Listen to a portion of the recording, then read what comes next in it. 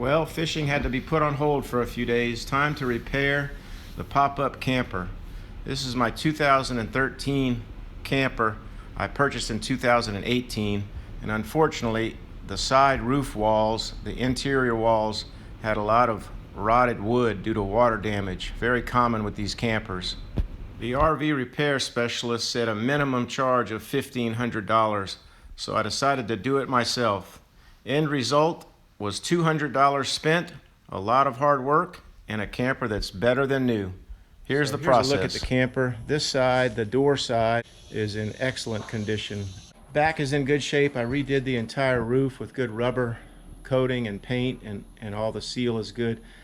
But unfortunately, what had happened long ago, as happens a lot on these pop-up campers, is the inside framing of the side walls has taken on some water, and that's just press board that they use, and so it rots pretty readily. I think you see this on almost all campers, pop-up campers, over time. But I'm kind of getting started here, stripping it down a little bit, and I think I'll be able to rebuild those side walls and the back walls to have it as sturdy and solid as ever. So what I've done immediately is I've opened it up and started digging some of that wood out. And first thing you have to take is the metal brackets that connect the top of the roof to the side of the roof. Got to take all of that off. A lot of little screws. You just got to keep track of everything. And then you strip down the old caulk and use this nice caulking tool. It's got a sharp edge to it that'll dig out some of the cracks. It's got the flat edge that really scrapes up all the old caulk and putty that's on there. And you can see a pile of it here. Very easy to get up, and I'll be able to scrub this perfectly clean and actually keep this side panel that will be replaced. I'll put it right back where it started. But on the inside, instead of that cheap press board, we're going to have some nice Luan plywood.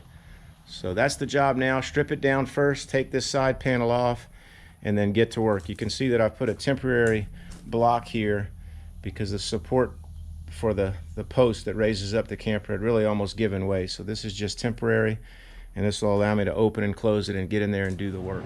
All right, looks like a bit of a nightmare, but it's actually fairly organized. Got that side panel off, so that's the side trim on the ceiling.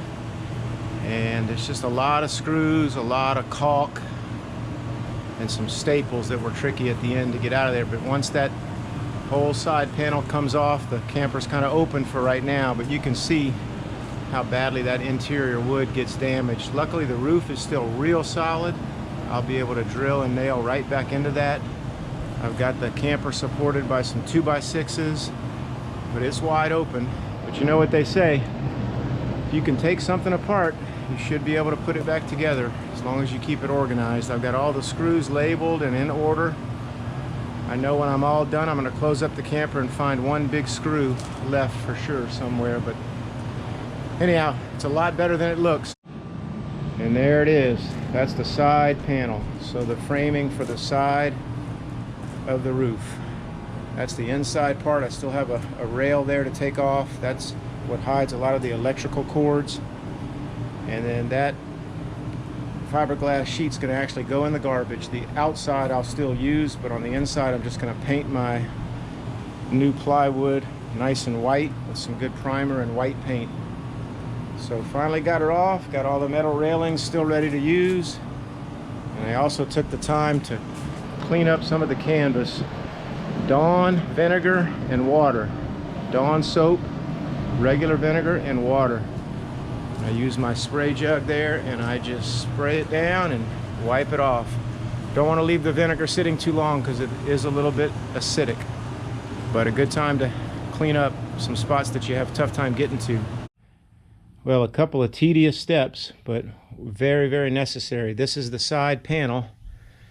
That's the sheet of fiberglass that had the rotted wood all glued onto it. So you scrape all of that off. Actually came off pretty easily, no problems, didn't really mess up the fiberglass at all.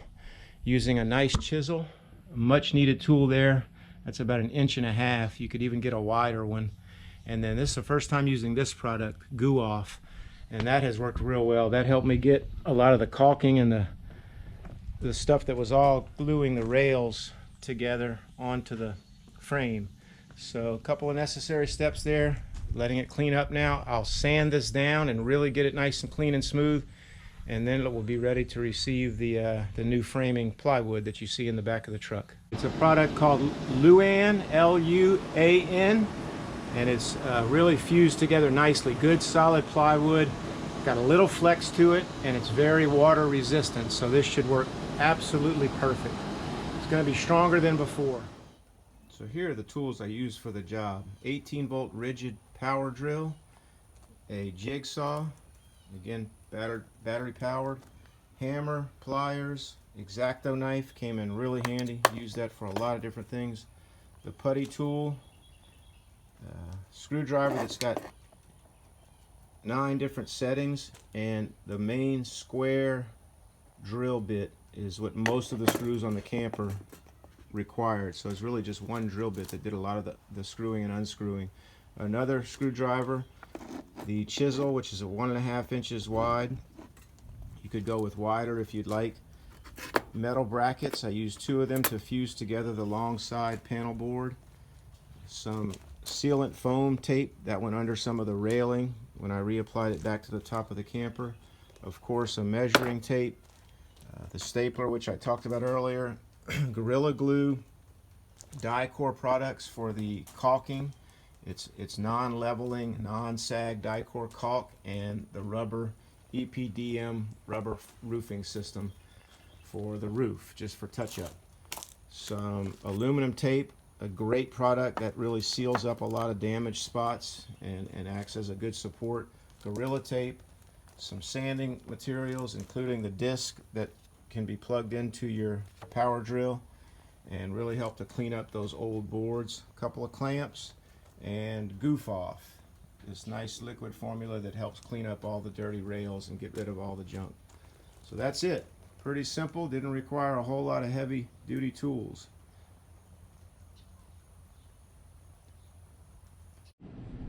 Finally getting down to the heart of it now. Traced and cut out the side panel. It's an excellent looking piece. So after a couple of coats of paint, I fused the 2 boards together since it needed to be longer than the 8-foot sheet, using a metal brace in the middle on each side, no problem, nice and flat, along with some adhesive glue and a few staples. So here's the side framing for the top or the side wall of the roof.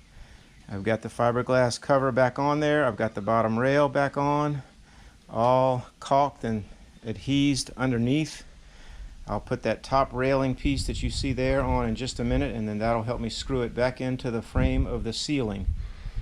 So the bricks and the boards that are on there right now are keeping the adhesive down flat on that fiberglass piece.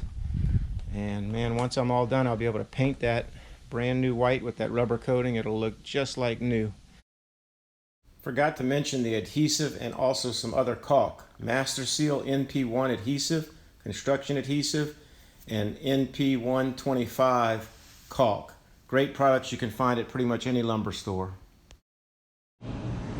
All right, well, we skipped a few steps, but you saw the side paneling that I cut out and framed together, and now I have reattached it to the camper, and perfect fit with the corner posts, screwed in real secure on the inside. Way better than before. Really solid. Again, that's a 3/4 inch piece of plywood, still covered with the outside fiberglass that was on there in the beginning, and everything's fitting and put together real nice. Same thing with this bracket. So it cranks up and down real nice now. No stress on the corners, no risk of it collapsing. And I also started working on the front and back, clearing out that old wood. So I reattached everything on the inside, got all the curtains back up and the brackets, everything solid. All right, so I've been chiseling away at the back side roof of the camper, trying to get that old piece of wood out of there, and I've chiseled it away, and now I'm pulling it off of the back. It's you can see how cheap that press board is and how it just holds water and then wants to rot. I actually think there might even be some termites in there. So that's garbage. Doesn't look real pleasant under here, but now all I have to do is scrape that clean with a chisel and maybe sand it down a little bit. And I've got a 6 3/8 width board by 83 1/8 length. And I will put a new board in there, paint it up nice and white, all sealed up. And this back edge will be better than ever. And I'll put the railing, I took the railing off as well, put that back on. Here are the two boards that will make the new front and back walls of the roof. Okay, it's day 3 and got a rainstorm out there, but we're all protected here underneath the carport. Did some caulking this morning on that side frame, and now finally the back board is ready to be installed. Good coat of white paint covered with nice couple of coats of urethane, so it will not take on any water at all. I think that's very important on the front and back boards, especially because that's really where the weather hits you, especially when you're driving down the road on that front board if you're going into rain. So got a couple of clamps here. As soon as I get it up inside that back panel, I'll clamp it. And then I've got one long screw that's going to go in and hold this side in place. That will be permanent. And 3 temporary nails, because this old wood's going to get replaced on the side, but temporary nails to hold that in place, along with the clamps. And then of course the adhesive that I'm about to put on this nice new 3/4 inch board. Another product that comes in very handy is Simple Stanley aluminum aircraft heavy duty stapler. I've used it for a lot of different things, but certainly right now to hold this fiberglass sheet in place, it is working like a charm. Real solid, simple little staples, go in flat every time. You can use it for a lot of other things. I've used it on the inside of the camper some as well, but wow, that board is now in there nice and secure, and it's just a matter of that adhesive setting, and we'll be good. There's going to be a bottom rail that will go on there next. Okay, just like that, we've got a new back wall on the roof of the pop-up camper. The railing is attached. There's screws that are underneath, go up into that new 3/4 inch plywood. Very, very solid. It's got a nice rounded corner. There's some styrofoam up in the corner inside, but that board looks great in there. I already took a good look at it inside. And those little clamps, man, do they come in handy. Those things are very inexpensive, but come in handy to help you with a one-man job.